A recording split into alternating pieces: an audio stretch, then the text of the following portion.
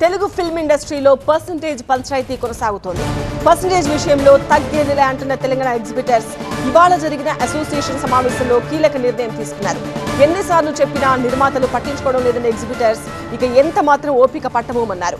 పెద్ద సినిమాకు కూడా పర్సంటేజ్ ఇవ్వాలంటున్న ఎగ్జిబిటర్స్ అది ఎంత ఇస్తారనేది తొందరగా తేల్చాలని డిమాండ్ చేస్తున్నారు. బట్ ఇప్పుడు కొంచెం ఎక్స్ట్రా అయింది. సరే పెద్ద సినిమా 2 months బ్యాక్ ఉండే అది ఇప్పుడు వచ్చింది.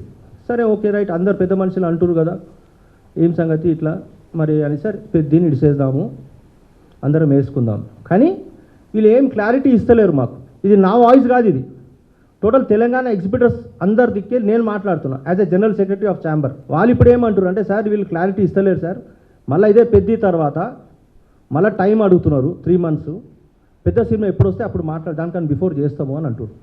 మా తెలంగాణ ఎగ్జిబిటర్స్ ఏమంటారు అంటే, సరే ఓకే మేము ఇంత చెప్తే కూడా మీరు ఇంటలేరు, మాకు పెద్ద సినిమా కూడా మాకు పర్సంటేజే కావాలి, పెద్ద సినిమా కూడా మాకు పర్సంటేజే కావాలి.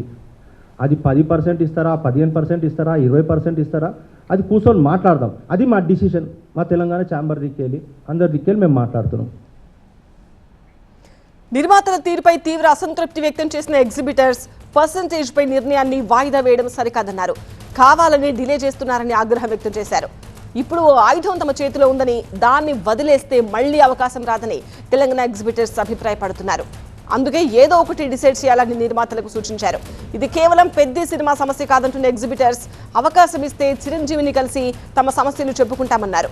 మరి తెలంగాణ ఎగ్జిబిటర్స్ నిర్ణయంపై నిర్మాతలు ఎలా స్పందిస్తారు అనేది ఇప్పుడు కీలకంగా మారింది.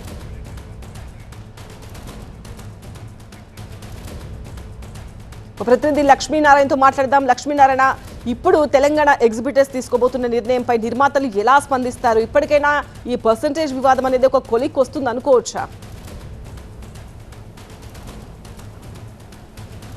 అంటే ఈ పర్సంటేజ్ విధానం గత 2 నెలలుగా చాలా కీలకంగా అన్ని సెక్టార్లో చాలా చర్చనీయాంశమైందని చెప్పుకోవాలి. దీనికి సంబంధించి ఫిలిం ఛాంబర్ ఒక కమిటీ వేయటము, ఆ కమిటీ 1 నెల రోజుల్లో తన నివేదికను ఇస్తుందని చెప్పటము, ఇదంతా జరిగిపోయిన దశలో పర్సంటేజ్ విధానం తాత్కాలికంగా సమసిపోయిందనే పరిస్థితిలో ఈరోజు తెలంగాణ ఫిలిం ఎగ్జిబిటర్స్ అసోసియేషన్ అందరూ కలిపి మీటింగ్ పెట్టడము, ఆ మీటింగ్లో చాలా కీలక వ్యాఖ్యలు చేశారు.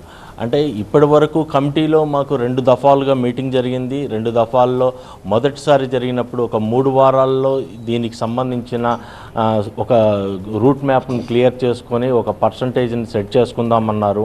రెండో మీటింగ్లో దీన్ని జూన్ ఎండింగ్కి వరకు దీనికి కాలపరిమితి నిర్ణయించుకుందామని అన్నారు.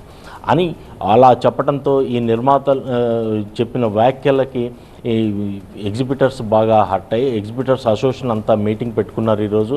ఆ మీటింగ్లో వాళ్ళు కీలకంగా తీసుకున్న నిర్ణయం ఏంటంటే, ఇప్పటి వరకు పెద్ద సినిమాని వదిలేసి మిగిలిన సినిమాల నుంచి తీసుకుందామనే ఒక ధోరణిలో కొంతవరకు వెయిట్ చేశాము. కానీ ప్రస్తుతం పరిస్థితి ఈ పరిస్థితిని గనక మేము చేజార్చుకుంటే భవిష్యత్తులో ఏ సినిమాకు కూడా వీళ్ళు ఇంకా పర్సంటేజ్ సిస్టమ్ని కొనసాగించే అవకాశాలు ఉండవు. అందుకని ఇప్పుడు రాబోయే సినిమాకు మాత్రమే కాదు, ఇప్పటి నుంచి ప్రతి సినిమాకి పర్సంటేజ్ ఉంటేనే సింగిల్ స్క్రీన్స్లో మేము థియేటర్లో ప్రదర్శనలు చేస్తామనేది చాలా గట్టిగా చెప్తూ ఉన్నారు.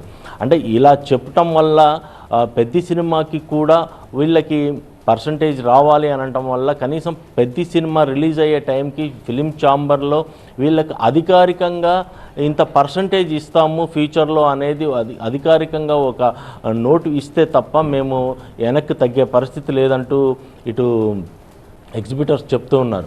ఎగ్జిబిటర్స్ మేము లాస్ అవుతాము, అయినా కానీ థియేటర్లో ఇలాంటి పెద్ద సినిమాలు రాకపోతే మాకు చాలా లాస్ అవుతుంది, అయినా కానీ మేము ఆ లాసుకు కూడా బరాయించుకునే స్టేజ్లో ఉన్నాము. ఈ పర్సంటేజ్ విధానాన్ని ఇప్పుడు కనుక మేము చేజార్చుకుంటే మా చేతిలో ఉన్న ఆయుధాన్ని పక్కన పెడితే ఇంకా భవిష్యత్తులో ఎప్పుడూ వచ్చే అవకాశం ఉండదని అంటూ తెలంగాణ ఎగ్జిబిటర్స్ అసోసియేషన్ నిర్వాదంగా చెప్పింది.